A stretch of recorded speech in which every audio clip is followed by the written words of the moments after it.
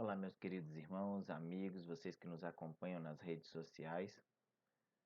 Hoje, nós vamos nesta caminhada na carta apostólica aos Colossenses, desta série de mensagens, nós vamos nos aprofundar mais nas questões que envolvem a herança dos santos apresentada por Paulo no texto de Colossenses capítulo 1, versos de 10 a 12. Então nós vamos ler de 10 até o 14, tá bom? Pega sua Bíblia aí, abra em Colossenses, capítulo 1, versos de 10 a 14. Diz assim a palavra do Senhor: E isto para que vocês vivam de maneira digna do Senhor e em tudo possam agradá-lo, frutificando em toda boa obra, crescendo no conhecimento de Deus e sendo fortalecidos com todo o poder de acordo com a força da sua glória, para que tenham toda perseverança e paciência com alegria, dando graças ao Pai que nos tornou dignos de participar da herança dos santos no reino da luz. Pois ele nos resgatou do domínio das trevas e nos transportou para o reino do seu Filho amado, em quem temos a redenção, a saber, o perdão dos pecados. Como temos apresentado desde a primeira mensagem, Paulo vem combatendo um grupo de gnósticos existentes ali naquela região da cidade de Colossos. E para quem não sabe o que é o gnosticismo, nós vamos dar um pequeno panorama aqui, bem rápido, do que é o gnosticismo. É um movimento religioso que mescla aspectos do cristianismo convencional, misticismo e especulação filosófica, sendo o conhecimento obtido tendo em conta as verdades divinas por ocasião à matéria. Este grupo, meus irmãos, que vinha introduzindo uma série de ensinamentos deturpados acerca da natureza divina e da pessoa de Cristo no meio da igreja de Colossos. Era este grupo que trazia todos os ensinamentos errôneos, as doutrinas deturpadas e distorcidas do cristianismo para dentro da igreja. Este pode ter sido então o motivo pelo qual Paulo tenha chamado a atenção dos fiéis irmãos de Colossos, comparando a mudança de mente, postura e pensamento dos colossenses à transposição entre dois reinos distintos, o reino das trevas, como está lá em Lucas capítulo 22, 53, do qual Satanás é o seu senhor, e Atos 26, 18, que é o reino da luz, onde habita a retidão e a real liberdade, onde Cristo é o Rei e Senhor soberano. E isso de forma a entender que os mestres gnósticos eram os representantes deste reino das trevas ali naquela cidade. Esta proposição de Paulo acerca dos dois reinos nos faz refletir e até mesmo indagar. Em qual dos dois reinos eu estou agora? Diante do que foi dito nos versos de 10 a 12, no capítulo 1, qual é a herança que nos está proposta? E com base nessas duas perguntas, nós vamos tentar responder então da seguinte maneira. Primeiro, a herança dos pecadores está no domínio do reino das trevas. O que diz o verso número 13 e 14 é o seguinte: pois ele nos resgatou do domínio das trevas. Romanos capítulo 6, verso 23 nos diz que o salário do pecado é a morte. Paulo é bem enfático em sua colocação neste texto ao apresentar a morte como a herança que está proposta ao pecador, ou seja, o afastamento total de Deus, Romanos 3, 23, porque todos pecaram e afastados estão, longe, distantes estão da glória de Deus. Parece uma fala dura de se ouvir, mas é essa recompensa que aguarda todo aquele que, como os gnósticos lá de Colossos, acham que estão servindo a Deus, mas na verdade estão apenas se iludindo e se enganando, trilhando caminhos perigosos no reino das trevas. Todavia, não se deixe enganar, de Deus não se zomba. Gálatas capítulo 6, verso 7. Paulo deixa isso bem claro para nós neste texto. Não podemos nos deixar enganar por essas coisas, por essas situações. O que os gnósticos estavam apresentando à igreja é muito provável que fosse um ensinamento em que o ingresso no reino de Jesus se desse de forma automática e instantânea, através de uma ressurreição representada de forma literal pelo batismo, ou seja, que garantiria a imortalidade a quem a praticasse. Este ensinamento trouxe a ideia de uma vida eterna, vivida aqui nesta terra, para aquele tempo, no meio da igreja de Colossos. Com isso, muitos irmãos daquela igreja se achavam no direito de realizar qualquer prática pecaminosa, sem vergonha alguma, pois tinham a certeza da sua vida eterna garantida por um falso ensinamento. Este mesmo pensamento e prática pode ser observado dentro da igreja hoje também. Pessoas que se dizem crentes em Cristo, que experimentaram o batismo, continuam a viver sua vida de maneira a não demonstrar uma mudança real de vida, mas a exibir e a praticar as obras da carne, que estão descritas lá em Gálatas capítulo 5, verso 19 a 21. Como se sua vida eterna já estivesse garantida aqui na terra.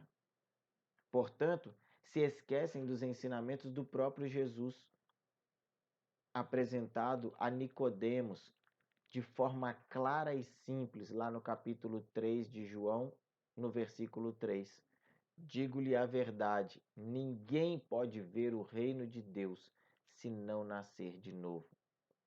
Nascer de novo implica em mudança de mente, comportamento e obras.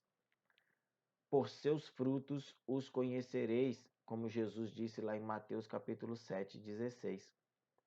A solução, meus irmãos, para esta situação, a mudança deste estado de domínio do reino das trevas, foi apresentada nas palavras de Jesus, lá em João 3, 17 e 18, que diz: Deus enviou o seu Filho ao mundo não para condenar o mundo. E gravem bem isso, não para condenar o mundo, mas para que este mundo fosse salvo por meio dele. Quem nele crê não é condenado. Essa é a herança dos filhos da luz. Mas quem não crê já está condenado. Essa é a herança dos filhos das trevas. Por não crer no nome do Filho unigênito de Deus. Através deste processo divino, então, Paulo diz que Jesus nos resgatou do domínio das trevas, não para que a nossa liberdade nos levasse de volta às mesmas práticas pecaminosas, 1 Coríntios 6, 12, mas para que vivêssemos em novidade de vida, Romanos 6, de 1 a 13, ou seja, em santidade, como diz o texto de 2 Coríntios, capítulo 5, verso 17. Portanto, se alguém está em Cristo, é nova criação. As coisas antigas já passaram, eis que surgiram coisas novas. O segundo ponto que nós encontramos no texto é que a herança dos santos está na transferência para o reino da luz. Nós estávamos no reino das trevas e agora passamos para o reino da luz. Porque no texto diz: e nos transportou para o reino do seu Filho amado, em quem temos a redenção, a saber, o perdão dos pecados. O termo "e nos transportou", empregado aqui no texto, tem o significado de remover ou transferir. Segundo Russell Champlin, esta é uma palavra muito apropriada, pois na literatura antiga ela era utilizada para indicar o transporte de tropas de grandes grupos de homens de um lugar para outro. Ele diz o seguinte: muitos líderes da igreja, muitos líderes da história mundial, como é o caso de Hitler, transferiram grandes números de pessoas de um lugar para outro, a fim de destruírem sua identidade nacional, assim obtendo total vitória, procurando até extinguir raças inteiras. Semelhante a esta ilustração acima que nós falamos aqui de Hitler, o que Paulo apresenta aqui é que nosso Senhor Jesus também transferirá um povo, mas não com o objetivo de exterminá-lo, e sim de elevá-lo a um nível infinitamente alto, livrando-o de um reino extremamente poderoso, capaz de mudar a sua verdadeira natureza de um ser à imagem de Deus a uma criatura qualquer, desfigurada devido à depravação do pecado.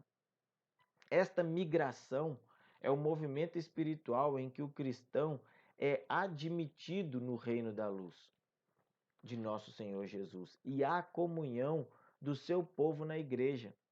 E isso se dá através do sacrifício de Jesus, em quem temos a redenção, como Paulo diz no texto aqui apresentado. A redenção apresentada, então, pelo apóstolo neste texto, meus irmãos, significa comprar de volta. Ou seja, nós pertencíamos a Deus, o diabo tomou e nós agora fomos comprados de volta para Deus. Isso é apresentado no início do versículo, quando diz que Jesus nos resgatou.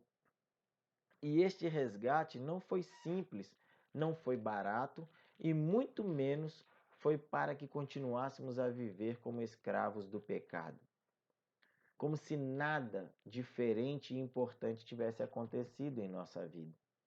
1 Coríntios capítulo 7, verso 23 diz: Vocês foram comprados por alto preço. Não se tornem escravos de homens.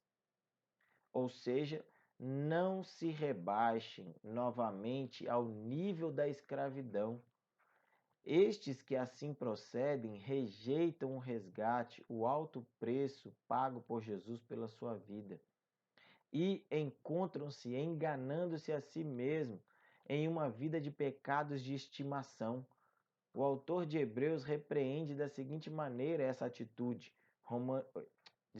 Hebreus 6:6. Para si mesmos estão crucificando de novo o Filho de Deus, sujeitando-o à desonra pública. Paulo nos adverte no verso 10 a que vivamos de maneira digna do Senhor e em tudo nós possamos agradá-lo. Pense nisso. Nós precisamos viver de maneira digna do Senhor e em tudo, tudo mesmo que nós fizermos, nós possamos agradá-lo, dando continuamente graças ao Pai, que foi quem nos tornou também dignos de participar da herança dos santos no reino da luz. É isso que o apóstolo traz para nós. Sem a qual, meus irmãos, não seríamos transportados, ou melhor, removidos do reino das trevas. Portanto, devemos levar em consideração o conselho apresentado por John Stott. John Stott fala o seguinte: para seguir a Cristo, devemos não somente abandonar alguns pecados específicos, como também renunciar aos nossos desejos egoístas, que se encontram na raiz de todos os nossos pecados. Seguir a Cristo é a entrega e entregar a Ele os direitos sobre a nossa própria vida. Ou seja, seguir a Cristo é entregar a Ele os direitos sobre a nossa própria vida. É também abdicar ao trono do nosso coração e reverenciá-lo como nosso Rei. Negue-se a si mesmo. Se alguém quer vir após mim, a si mesmo se negue. A questão não é negar algumas coisas a si mesmo, mas negar a si mesmo. É dizer não ao eu e sim a Cristo. Repudiar o eu e reconhecer a Cristo como Senhor de nossas vidas. Portanto, a redenção constitui-se da libertação dos crentes, de maneira total e absoluta, da servidão do pecado, como também compreende o transporte para o reino da luz. Nós somos libertos da servidão do pecado e, ao mesmo tempo, transportados para o reino da luz. Deus não findou o seu trabalho ao nos resgatar. Este foi o primeiro passo apenas. Ele também transferiu os resgatados para o seu reino da luz. Concluindo então, meus irmãos, quero voltar à pergunta que fiz lá no início. Em qual dos dois reinos eu me encontro agora? Em qual dos dois reinos você, que está aí nos ouvindo, se encontra agora? No reino das trevas, onde o fim leva à morte e ao afastamento de Cristo? Ou no reino da luz, onde a herança é a vida eterna na presença gloriosa de nosso Redentor, Jesus? Mateus capítulo 7, verso 21 a 23 diz o seguinte: Nem todo aquele que me diz Senhor, Senhor, entrará no reino dos céus, mas apenas aquele que faz a vontade de meu Pai que está nos céus. Muitos me dirão naquele dia: Senhor, Senhor, não profetizamos nós em teu nome? Em teu nome não expulsamos demônios e não realizamos muitos milagres? Então eu lhes direi claramente: nunca os conheci. Afastem-se de mim, vocês que praticam o mal. Preste muita atenção, meus irmãos, aos sábios conselhos de Cristo, a homens e mulheres que se diziam seguidores leais dele, mas que na verdade vivem como crentes nominais, exibindo uma vida de aparências, com um pé na igreja e outro no mundo. Contudo, sem apresentar evidências de mudança real de vida. Seja você um crente comprometido com o Senhor Jesus, como os irmãos da igreja em Colossos. Coloque em prática em sua vida os conselhos que Paulo deu a Timóteo. 1 Timóteo 4,12. Seja um exemplo para os fiéis na palavra, no procedimento, no amor, na fé e na pureza. A herança dos santos, meus irmãos, se encontra na redenção, a saber, o perdão dos pecados, e na transferência ou remoção total do reino das trevas para o reino da luz. Que Deus abençoe a sua vida.